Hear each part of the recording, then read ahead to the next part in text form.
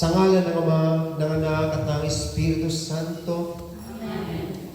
Ama naming Diyos na siyang liwanag, Diyos na siyang nagbigay tanglaw sa aming pong mundong ginagalawan. Ikaw rin ang Diyos na nagbigay buhay sa lahat na nabubuhay sa kapanahunan. Sa gabing ito, O Diyos, patuloy po kami na lumalapit sa iyo. Patuloy po kami na humihingi sa iyo ng iyong gabay. At sa aming pong pananatili ng ilang minuto, ng ilang sandali sa dahong ito, dalangin ko, Ama, nakatagpuhin niyo po ang inyong mga anak na sila, O Diyos, ay tumugon sa iyong panawagan. Sila na iniwan nila ang kanilang trabaho, tahanan, pamilya, upang ikaw ay kanilang katagpuin sa dahong ito. At ayon sa iyong pangako, O Diyos, na walang uuwing bigo, walang tatawag sa iyo na iyong binigo, walang lumapit sa iyo na iyong ipinagtabuyan. Kaya naman, kami nananampalataya na sa ngalan ni Jesus, lahat ng may karamdaman, lahat na naguguluhan, lahat na nasa kadiliman, ay iyong bibigyan ng liwanag. Bibigyan sila ng pag-asa at sila bibigyan mo ng ganap na kagalingan. O Diyos, sa aking pagtayo, ikaw po ang siyang magsalita. Hayaan niyo po ang salita mong ito ang siyang bumukal sa iyo. Mga labi, O Diyos, ang siyang patuloy na magpapalago ng aming pananampalataya at pakikipagrelasyon sa iyo. Yahweh, maghimala po kayo sa aming kalagitnaan. At naniniwala kami, O Diyos, kanina pa lang binuksan niyo na ang durungawan ng langit upang ibuhos sa amin ang kagalingan, pagpapala at kasaganahan. Kaya wala po kami may babalik sa iyo, kundi ang papuri, parangal, pagdakila at pasasalamat ngayon at magpakailanman. Sa ngalan ng Ama, ng Anak at ng Espiritu Santo, purihin ang Panginoon natin in Matthew chapter 5 verses 13 up to verse 16.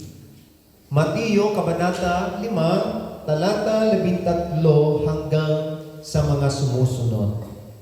At ganito po ang nasasaad sa banal na kasulatan, kayo ang asin ng sanlibutan. Ngunit kung ang asin ay mawalan ng alat, paano pa ito mapapaalat muli? Hindi ba wala na itong kabuluhan, kundi ang ikapuhakan ng mga tao? Kayo ang ilaw libutan. Ang isang lungsod na nakatayo sa ibabaw ng burol ay hindi maitatago. Walang taong nagsisindi ng ilaw at pagkatapos ay inilalagay iyon sa ilalim ng banga. Sa halip, inilalagay iyon sa talagang patungan upang matanglawan ang lahat ng nasa bahay. Gayon din naman, dapat ninyong paliwanagin ang inyong ilaw sa harap ng mga tao upang makita nila ang inyong mabubuting gawa at papurihan ang inyong Amang nasa langit. Mga magulang at mga kapatid sa pananampalataya, ito po ang mabuting balita para sa ating kaligtasan. Pinupuri ka namin, Panginoong Hesukristo. Palakpakan po natin ang pagkabasa ng kanyang ebanghelyo. Sige po, yung malaya, no? Nakamay, sapagkat sa palakpak ka lang ngayon, ang Diyos ay nagagalak na. Amen. Dahil sa mga palad na yan, ay pinagpala na. Amen. Amen? Sabihin mo sa katabi mo, kapatid, Kapatid, nakikita ko sa iyo nakikita ko sa iyo ang liwanag ang liwanag at ang alat. at ang alat. Ang alat mo na. Ang alat mo na. So mga kapatid, hindi na po tayong magsiupo sa presensya ng ating Diyos na buhay. Sa gabi ito, mga kapatid ko at mga magulang, ang ating pong pag-uusapan ay patungkol sa asin at ilaw. Pag-uusapan po natin kung ano po ba ang karakter, katangian ng asin at ng ilaw. At ito po ay i-connect po natin bilang tayo'y mga Kristiyano o mga mananampalataya ni Kristo. So, ang ating pong pamagat o ang tema is the influence of true believers of Christ, no? Yung impluwensya, mga kapatid ko, yung kapag sinabing influence, yung attraction, no? Yung tinatawag po na yung kaakit-akit. No?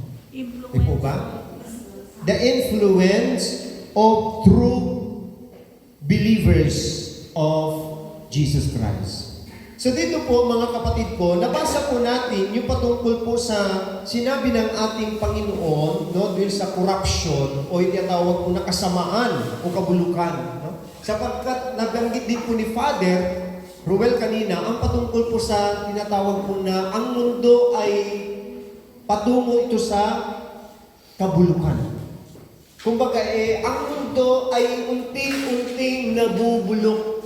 Unti-unti ito naghahari ang kadiliman. Kahit saan mang dako ng mundo, kahit saan dakong lugar, makikita mo dyan ang kadiliman. Ibig sabihin po, ito'y tumutukoy po sa tinatawag na kasalanan, tumutukoy ito sa kasamaan, sa corruption, mga kapatid ko. Alam niyo po, kahit saang bansa na siguro, kapag sinabing corruption, hindi na yan nawawala. Hindi po ba? Sa bansa na lang po natin, no? Pinag-uusapan sa Senado, no? Sa Kongreso, kung saan, about tungkol ito sa corruption. So sa Bible, mga kapatid ko, sa Panginoon, hindi na po ito bago, no? Sapagkat sinasabi niya, doon po sa binasa po natin, mga kapatid ko, no? Ginamit niya ang katangian ng asin. Ulayin po natin ang asin, mga kapatid ko. So, ano po ba ang asin? Ang sabi ng Panginoon, you are the salt of this world. Kayo, ang sabi ng Panginoon, ang asin ng sangkatauhan o ng sanlibutan. So, bakit, ano ibig sabihin ni Lord? Bakit niya direkta na sinabi sa kanyang mga disipulo o sa lahat ng mga followers ng Panginoon, you are the salt of this world. Kasi po, kailangan talaga ng mundo, no? Sapagkat kapag ang mundo ay walang Kristiyano, wala ang believers, kapatid, matagal ng bulok at sira ang sanlibutan. Kaya lang na nagkakaroon ng lasa, nagkakaroon na ng tinatawag na preservation, ang mundong ito ay dahil nandyan ang mga mananampalataya ng Diyos. Ano po ba mga kapatid ko? No? Ang paggawa ng asin, mga kapatid ko, makikita mo dyan yung, nakikita po ba kayo ng yung paggawaan ng asin? Di ba? Yan ay sinasala. Sinasala nilang mabuti. Parang bukid yun. Di ba? Sa bukid yan, no? Makikita mo yan, tubig.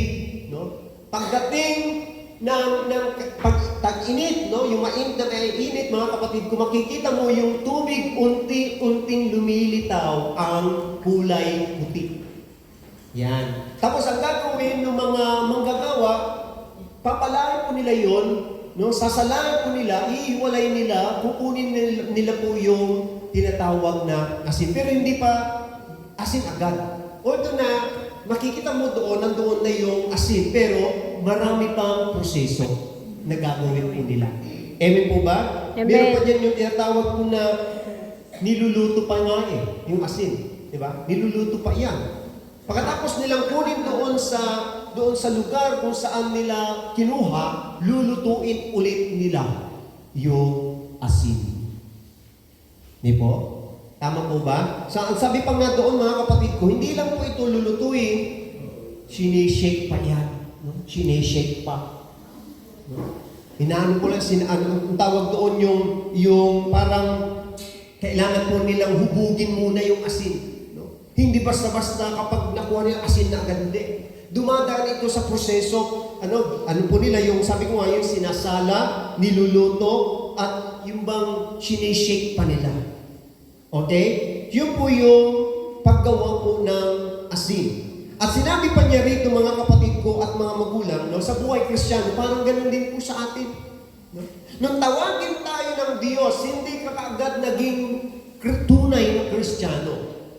Hindi ka kaagad perfect. Hindi ka agad holy. Kundi dumaraan tayo sa tinatawag po na strain.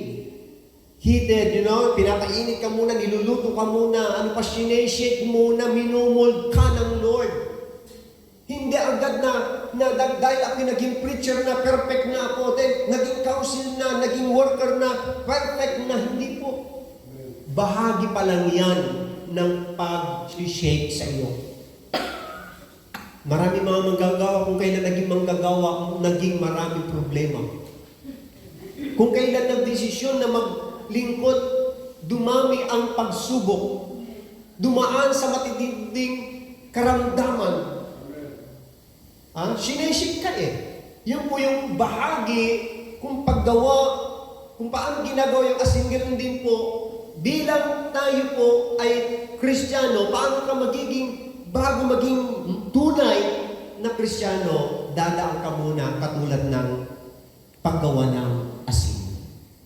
Amen? Amen. Baka kasi akalain ng mga bago, ay, dadala ko dyan sa El Shaddai, dahil dyan sa El Shaddai, ang daming pagkain, may papitsa pa sila. Tama? Ay, pupunta ako dyan dahil may pagkain. Totoo yun. Sa aming probinsya, nauso yung pakain. Pagkatapos ng prayer meeting, may pakain, may juice, may biscuit, may tinapay. Ayan. Ay nakita ng mga bata, nakita ng mga nanay, naku, dumami ang attender dahil sa pakain. Dahil sa malamig na juice. Tapos biglang nawala yung pang-merienda. Unti-unti na rin nawala yung attender. Bakit? Kasi paraan yun ng pag-shake sa atin ng Lord. Akala natin pag tayo nagdesisyon na maglingkod, ay madali. Hindi po. Dadaan at dadaan ka sa proseso. Amen. Kaya masasabi natin, yung mga katulad po namin mga preacher, mga council, o yung mga matatagal na sa gawain, hindi yan basta naging manggagawa lang. Kaya sila, bakit yan palabsin pero naging manggagawa? Di ba? Bakit yan? Ganyan ang mukha. Nakasimangot lagi. Paano siya naging preacher? Yan si Brother Ay. Di ba? Uminsan, ganun po yung ating sinasabi. Pero alam niyo po ba, bago naging ganap sila doon sa kanilang kinatatayuan, dumaan muna sa mga proseso sa paglilingkod. Amen. Kung isasalaysay ko po ang buhay paglilingkod ko bago ako naging preacher ko, matindi yung pinagdaanan ko po, no? Talagang dudurugin ka, no? Talagang imumod ka ng Panginoon, no? Matindi yung pinagdaanan ko po, no? Pero salamat sa Lord dahil sa kabila ng mga pinagdaanan sa buhay pananampalataya ay nandito pa rin, nakatayo pa rin sa inyong harapan. Nakarating pa ng Israel. Amen po ba? Amen. Hallelujah. Ngayon mga kapatid ko, ano po ba ang character ng isang asin? Okay. Ang sabi niya rito, yung pagiging, ano yung unang character niya? Pagiging? Pampalasa, ano pa? Malapit na Pagiging maalat. Yan. Salty, yung tawag nila, no? Basahin ko nga po itong John chapter 13, verse 34 up to following. Anong sabi niya rito, mga kapatid ko? In John chapter 13, verse 34, isang bagong utos ang ibinibigay ko sa inyo ngayon. Magmahalan kayo. Kung paano ko kayo minahal, gayon din naman magmahalan kayo. Kung kayo'y may pagmamahal sa isa't isa, makikilala ng lahat na kayo'y mga alagad ko. Ano yung ibig sabihin na? Yung sa isang asin, ang kanyang karakter ay pagiging maalat. Tama? Hindi pagiging matamis. Hindi pagiging mapakla. Hindi. Di ba? Kundi pagiging maalat. At yung sabi ni Sister Christine, nagbibigay ng lasa. Ayan. Di ba nakwento nung ni Father kanina, no? Di po ba? Pag walang asin, ang pagkain, kahit anong klaseng luto yan, adobo, ano pa? Preto, sinigang, or ginataan, kari-kari. St. Peter. Lahat ng iyan ay nilalagyan ng pampalasa. At yun ay ang Asin. okay? So, sa buhay din pala ng Kristiyano, mga kapatid ko, ano yung asin na tinutukoy natin dito yung, sabi ng Bible, love, yung pagmamahal. Ang sabi ng Lord, magmahalan kayo, sabi ng Lord, isang bagong utos. Biluhin mo ha? Isang new commandment ang ibinigay ng Lord. Sabi niya, ang binibigay ko ngayon, magmahalan kayo. Dahil, no, pag nagmahalan, mga kapatid ko, sabi niya, tayo po ay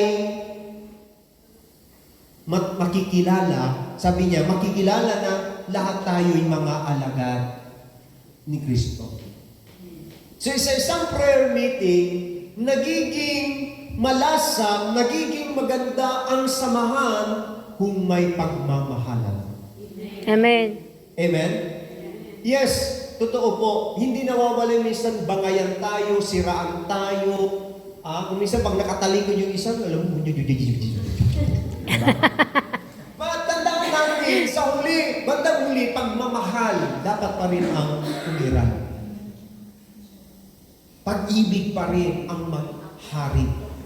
Kasi kapag wala yung lasa, nawala na yung panlasa, nawala na yung pag-ibig, kahit anong gawin natin, kapatid ko, kahit tayo ng ngiti, kahit anong magandang ginagawa natin, kung walang love, walang pagmamahal sa kapwa, ang sabi ng Lord, hindi kayo tunay na alagad ko.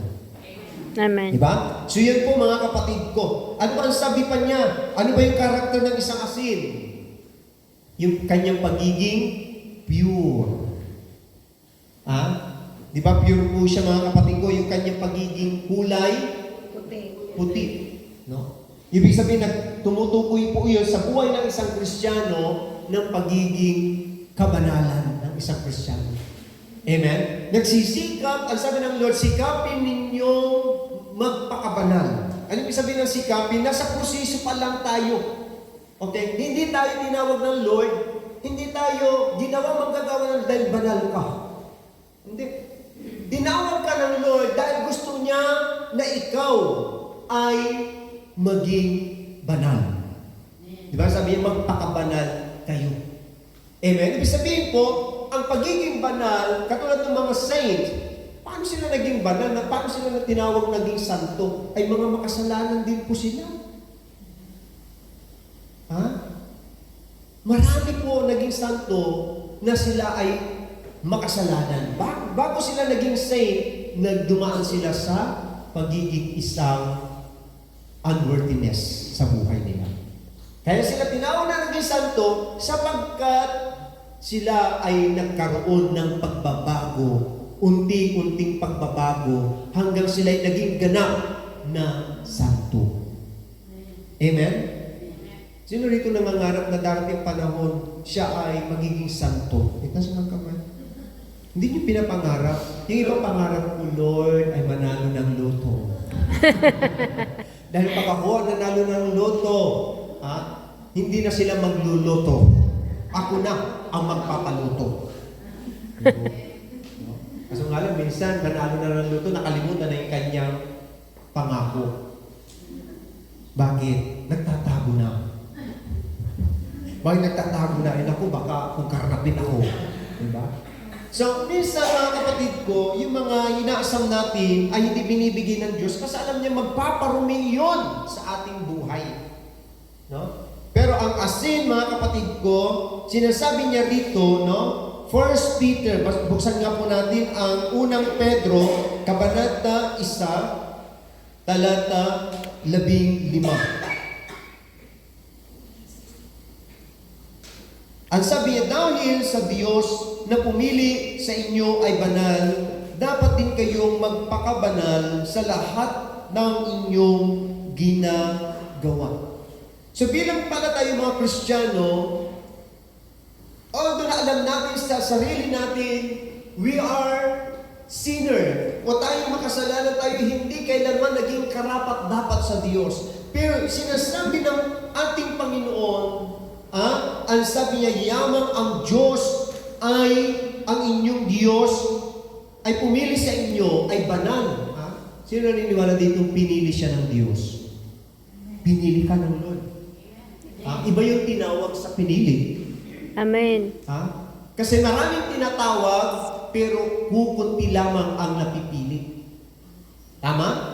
At isa ka doon, mga kapatid ko, sa dami ng mga Pilipino dito sa Israel, sa buong mundo, na tinatawag ng Diyos, ikaw pa ang napili niya para maging anak niya. Amen. At hindi sinasabi ng Lord, dahil banal siya, dapat din tayo ay sikaping magpaka-banal. Amen? Amen. Sinikap ba natin na maging banal? Di ba dati yung pag magsalita tayo, parang walang habas kung makapagsalita. Maging ako po minsan, pag ako po ay nananaig na yung galit sa kalooban ko, minsan kung ano-ano na yung lumalabas sa bunganga ko, bunganga talaga na. Tama? Kasi yung kung ano yung laman ng dibdib mo, laman ng puso mo, yan ay lalabas at lalabas. Kaya kung galit o sama ng loob ang nakatira sa puso ko, sa puso natin, yan ay lalabas puro masama din. Tama? Amen. Pero kapag ang nasa puso mo ay kabanalan, pagmamahal, kapatid, lalabas din sa bibig mo ay kabanalan at ano pa? Pagmamahal. Ako po dati, bibig ko po puro yung mga palamura. Yan. Kaya pag naririnig ako ng nanay ko, pag narinig kita ulit na nagmura, tignan mo, babasagin ko yung nguso mo. Minsan nahuli pa akong nagmura, ginawa ng nanay ko, kinuha niya yung aking buhok dito sa may, tawag ito? Patilya. Itinaas na namin. Dahil pasakay ko ako, no? Tapos, ang mga salita din po, puro malalaswa. No? Pinag-uusapan, mga kalaswaan. No? Lalo kapag kasama na yung mga barkada, puro kasamaan. No? Yun po yung laging namumutawi sa bibig. Pero pala pag ikaw ay napasali o tinawag, pinili ng Lord, unti-unting nababago lahat mo. Unti-unting nawawala at napapalitan ng kabanalan. Amen? Amen. Palakpakan po natin ang ating Diyos na buhay. Okay. Ano pa yung karakter ng isang asin? Ay yung tinatawag po na unchangeable. Yun, unchangeable. Ibig sabihin ng unchangeable, strong belief, no? Sa isang Kristiyano, dapat meron tayong matatag na paniniwala. Amen? Ang asin, kahit saan mo ilagay, kahit yan mo sa tubig, sa apoy, asin pa rin. Malalasahan mo pa rin. Tama? Kahit ihalo mo yan saan, sa pagkain, sa bigas, etc., no? Malalasahan mo at malalasahan ang kanyang pagiging asin. So sa buhay Kristiyano din po, kahit saan tayo dalhin ng Lord, kahit saan ka man padaanin ng Lord, hindi nawawala dapat yung tinatawag na strong belief mo kay Yahweh El Shaddai. Amen? Amen. Matatag pa ba ang inyong paniniwala sa Diyos? Amen. Palakpakan po natin ang ating Diyos na Diyos. Ngayon po, ano naman po ang tinatawag po na kahalagahan ng asin o yung tinatawag po na benefits o benepisyo na makukuha natin sa asin? Una po, ang makukuha po natin na benepisyo, nagbibigay ito ng ano sabi niya? It gives taste. Taste. Panlasa. Tama ba? Nagiging maganda ang panlasa pag may asin. Amen? Ano sabi niya mga kapatid ko? In Colossians chapter 4 verse 6, let your conversation be always full of grace, seasoned with salt, so that you may know how to answer everyone. Mga kapatid ko. Tingnan niyo po, it gives taste, ano pa? It gives medicine. Yan, gamot din ang asin. Ha? Naniniwala kayo? Kaya yung kung meron kang, halimbawa, masakit ang ipin mo, magmumog ka lang ng asin, unti-unting nawawala. Ha? Mayroon kang sugar, sabugan mo lang ng asin, unti-unting gagaling yung sugar. Ha? Mahapdi, oo, mahapdi. Pero unti-unting mamamatay kasi yung mikrobyo dahil doon sa nung asin. Hindi niyo po ba alam na yan ay nagpapagaling, mga kapatid ko? Ano sabi niya? Ephesians chapter 4 verse 29, huwag kayong gumamit ng masamang pananalita, sikapin lagi na ang pangungusap ninyo yaong makabubuti at angkop sa pagkakataon upang pakinabangan ng makikinig. Okay? Ano ibig sabihin noon? Yung mga salita na gagamitin po natin, sikapin lagi na ang sabi niya, pangungusap natin magiging kapaki-pakinabang para sa iba. Amen po ba? Yun ay nagbibigay ka ng panlasa. No? Ikaw ay nagbibigay ng kagalingan. Pinapagaling mo yung pusong may karamdaman. Okay, ano sabi niya? Ano pang sabi niya rito mga kapatid ko? Asan na tayo? Una, it gives taste. Pangalawa, medicine. Pangatlo, ay yung cleanse. O no, it gives cleanse, mga kapatid ko. Ginagamit din ito, yung asin, no, para linisin yung dumi. Tingnan niyo po yung manok. Halimbawa yung manok, ang ginagawa ko kasi, pag yung manok ay madulas, di ba, yung kanya maalisang sangan din, maamoy. Ang gagawin mo lang doon, anuhan mo lang ng asin, no? Unti-unting nawawala yung kanyang amoy. Ha? Natatanggal yung mga malalapot na kanyang parang laway ba, no? Natatanggal, nawawala yung kanyang amoy. So, naglilinis din po ito, mga kapatid ko. So, sa buhay natin pala, mga kapatid ko, ginagamit din tayo ng Diyos para sa iba upang ang mga buhay ng mga tao na nasa marumi ay ikaw ang magbibigay ng kalinisan. Amen? Ikaw ang gagamitin ng Lord. Amen? Yan po yung sinasabi niya na benepisyo na kasi. Ano pa? It gives preserve.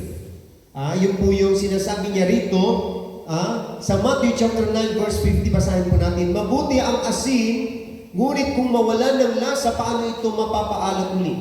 Taglayin ninyo ang katangian ng asin at sa gayoy magiging mapayapa ang inyong pagsasamahan. Ano sabi niya? Taglayin po natin ang katangian ng asin. Bakit kailanman ang asin hindi nawawala ang kanyang lasa? Kailanman. Kung mawalan na ito, sabi niya ay wala ng kabuluhan. Wala ng silbi. Ano gagawin? Itatapon na lang sa kalsada at aapak-apakan ng mga tao. Pero kailanman ang asin, hindi nawala ang kanyang lasa. At ito ang nag-pre-preserve.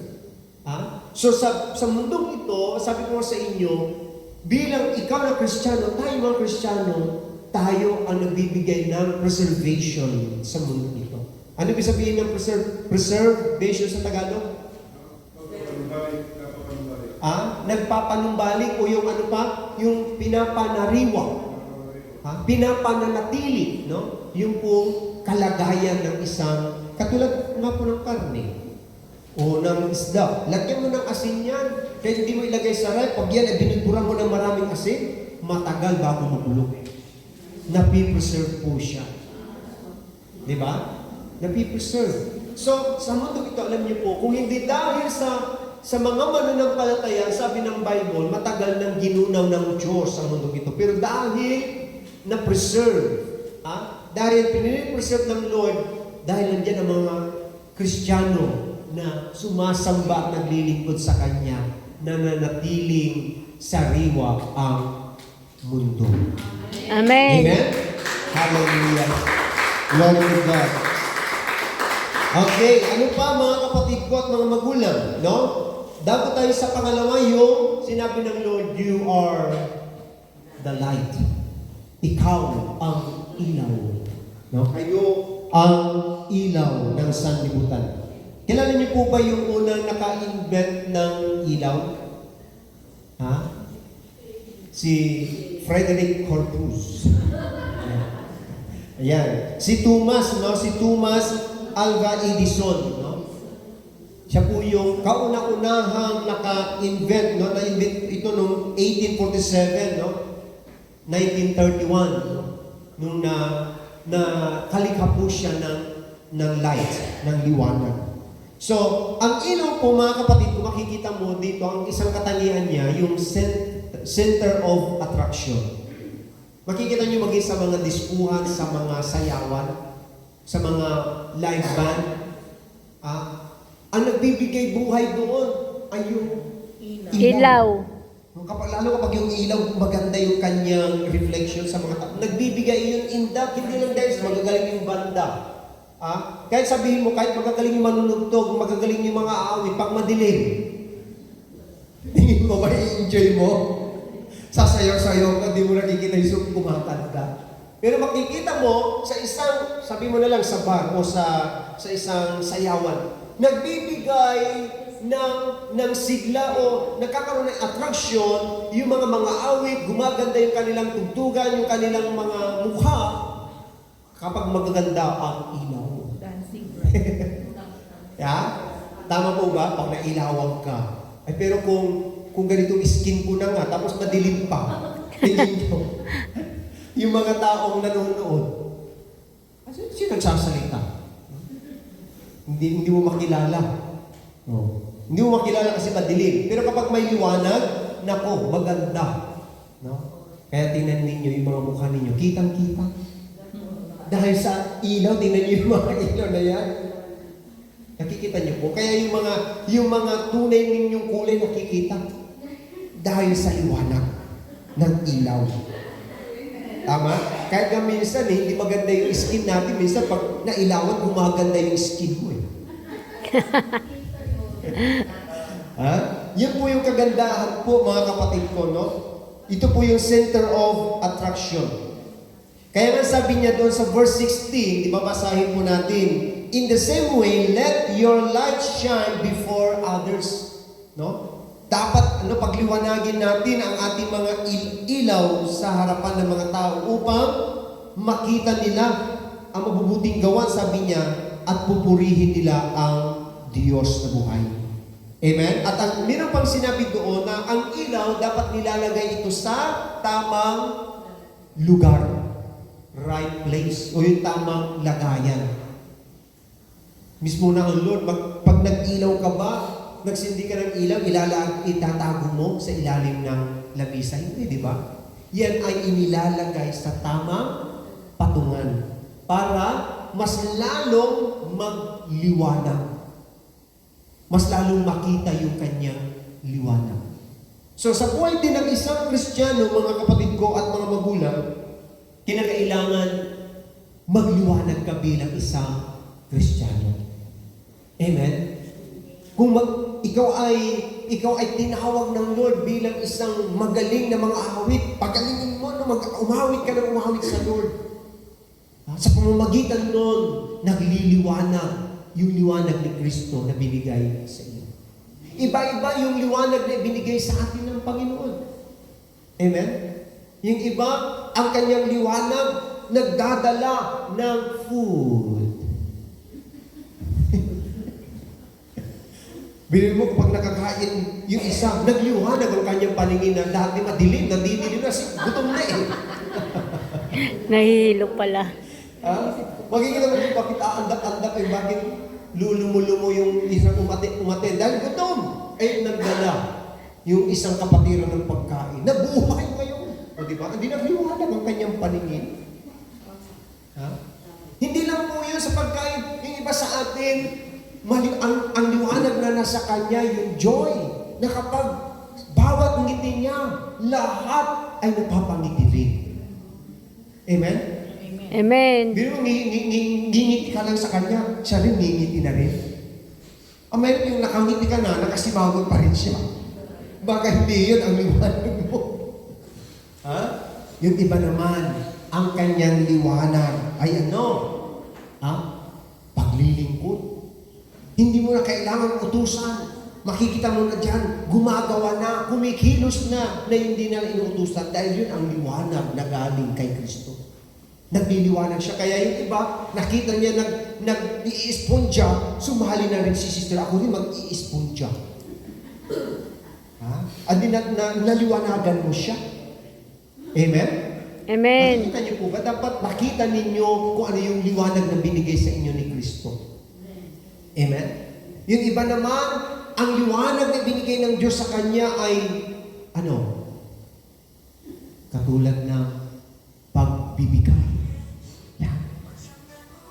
Hindi siya nag-aatuling magbigay sa gawain ng Diyos. Kaya nung nakita nung kapatiran na itong sister na ito giver ito. Ako din, magbibigay din ako kay Lord. Ha? Kasi nagliwanag ka. Nakita ng iba. Ang sabi ng Lord, huwag ninyong itago. No? Kung naman yung magpupus ka para lang makilala ang sarili mo. Hindi. Kasi marami mga tao gumagawa ng mabuti. Oo, magbuti. Kaso nga lang, anong purpose? Pinagkakapirahan. Tama? Tama. O mapupus ako ng halimbawa, ng magaling akong magluto. Tapos, ang dami ng likes. Sumikat ako sa YouTube. Eh di kumita ako. O, anong tawag doon? Yun ba ay to God be the glory, to glory in me? No? Hindi masama ang gumawa ng mabuti. Pero kung ang layunin nito ay para makapanghikayat ng iba palapit kay Kristo at makilala, magliwanag ang liwanag ni Kristo sa pamamagitan mo, mabuti, maganda. Amen. At dapat yun ang ating sikapin. Huwag kang papayag na yung liwanag ni Kristo nakatago. Ano mismo yung nakatago? Nakaupo ko na lang lagi. Eh, bahala na sila. Tsaka, ayaw kong gumawa. Sila na lang. Hindi naman ako worker. Hindi man ako preacher. Hindi ako counselor. Hello. Hindi.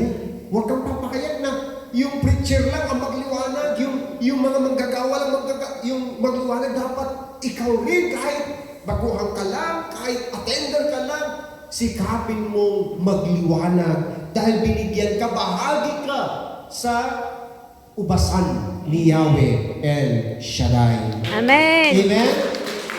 Hallelujah. Okay? So yun po mga kapatid ko, sa gabing ito dahil nagbabadya ng ating oras. No? Binibilisan ko na pero parang mabagal pa rin.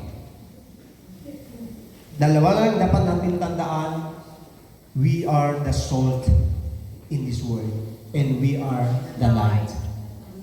So kung pagninilayan po natin, bakit, sino ka? Sino ako? Sino tayo para sabihin ng Lord, anak, tinawag kita, pinili kita, ginawa kita asin at ilaw ng sanlibutan.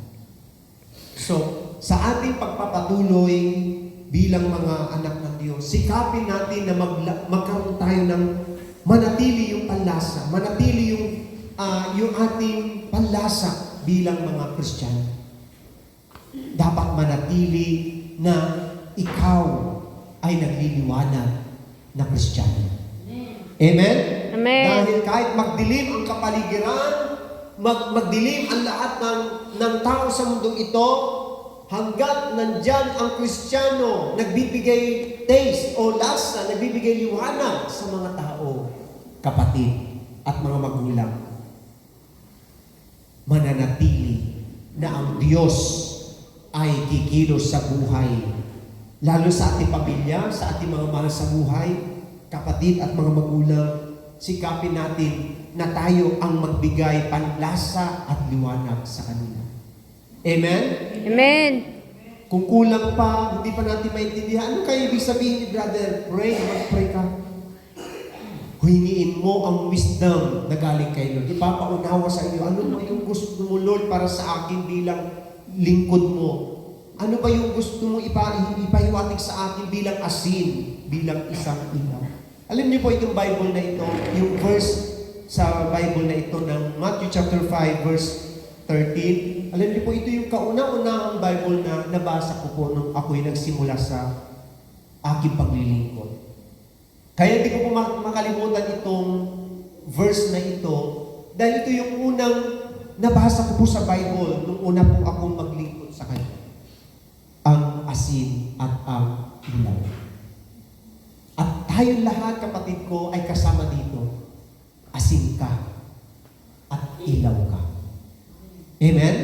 Palakpakan po natin ang ating Diyos. Kaya, mga kapatid, meron po tayong misyon. Meron po tayong misyon bilang tayo mga tinawag ng ating Panginoon. Kaya nga, yung misyon natin na yan, nawa ay patuloy na magliwanag, patuloy na magkaroon ng buhay ang ating paglilingkod. Dahil kapag namatay ang paglilingkod mo, naglaho ang iyong pananampalatay paglilingkod, maraming maaapektuhan. Hayaan mo, kung dumarating man yung panahon na ikaw ay nagkakaroon din ng panlalamig, nagkakaroon ng kadiliman, hingiin mo ang kanyang gabay. Papatnubayan ka ng Diyos dahil pinili ka niya sa karamihan. Dakilang Ama, sa kabibig ko, papabasbasan niyo po ang buhay ng inyong mga anak na narito ngayon. Lord, iunan niyo po ang iyong mapaghimalang kamay, ang iyong napakabanal na kamay ng Diyos at ipatong mo sa bawat ulo, sa bawat bahagi ng katawan ng inyong mga tinawag, sa iyong mga pinili.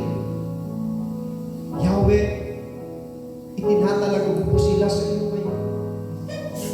Itinatalaga ko ngayon ang kanilang buhay. Lord, i-anoint niyo po sila, Panginoon. Ang mga council, ang mga workers, core groups, ang mga choir, instrumentalists, lahat ng Diyos na may verse sa iyong ubasan. Lord, itinatalaga namin ngayon ang aming sarili sa iyo. Isinusuko namin sa iyo ang lahat. Maging ang aming mga karumihan, ang aming mga kahinaan, ang aming mga pag-aalala, Lord. We surrender right now to you, Lord. Wala po kaming magagawa, O Diyos, kung wala ang iyong liwanag, kung wala ang iyong kapangyarihan. Yes, Lord. Kapatid, sa gabing ito, ano man ang karamdaman mo ngayon, surrender to God. Meron kang karamdaman sa puso, karamdaman sa balat, sa dugo, hayaan mong linisin ng Lord, i-purify ng Lord. Yahweh, maraming salamat. Salamat dahil alam namin, O Diyos, binasbasan mo kaming lahat sa kabit ito. At Yahweh, dalangin ko po lahat ng kanilang mga itataas. Mula sa kanilang mga prayer request, sa kanilang mga wallet, handbag, passport, maging ang kanilang mga panyulito, ang kanilang pong mga ikapo at handog sa iyo. Lahat ng ito, Panginoon, ay iyo pong abutin ang iyong himala. Maghimala po kayo sa pamamagitan ng mga bagay na ito, O Diyos, na hawak ng aking mga kapatid. At ang kanila pong mga trabaho, isinasama din namin sa inyo, lalo na yung mga kapatid namin na wala pang trabaho. Right now, Lord, kumilos po kayo sa kanilang buhay. Maghimala po kayo, Panginoon. Yung wala pang visa, Lord, ay pagkalupaan ng visa. At Yahweh, patuloy din namin dinadalangin sa inyo ang aming pong mga personal na kahilingan. Ito Ito man, Lord God, ay financially, materially, physically, emotionally, at higit sa lahat spiritually. We pray, Lord, katagpuin mo kami lagi, O Diyos. Sa panahon ng aming pangangailangan, patunayan niyo po, Ikaw ang Diyos na nakikilang higit pa sa aming mga pangangailangan. Yahweh, dalangin ko rin po ang aming po mga kaparihan, ang simbahan ito, O Diyos, ang Our Lady of Valor, Lord, pagpalain niyo po ang simbahan ito na ginagamit para sa iyong banal na gawain. And we pray, Lord, marami pa kayong hipuin na mga manggagawa. Marami pa nawa kayong piliin, O Diyos, na maging manggagawa sa iyong banal na pasan upang makatuwang namin, makasama namin. At gamitin mo kami, Lord, na maging asin, maging liwanag, O Diyos, sa buhay po ng mga tao. Yahweh, dalangin din namin sa inyong bawat membro ng aming pamilyang tahanan, abutin mo po sila. Ilayo sila sa anumang sakit, ilayo sila sa anumang kapahamakan. At lalo sa aming po paglabas sa lugar na ito, sa aming mga lalakaran, sa aming mga patuturuhan, O Diyos, hawilin ang hadlang. In the name of Jesus. In the name of Jesus. And Lord, we put on the full armor from you, Lord God, the helmet of salvation, the breastplate of righteousness, the buckle of truth, the shoes of peace, the shield of faith, and the sword of the Spirit, Lord, which is your word. And God, with the highest glory, in Jesus' mighty name we pray. Amen. Palakpakan po natin ang ating Yahweh Shaddai. At sa oras na ito, tayo po ay magpasalamat sa ating Panginoon.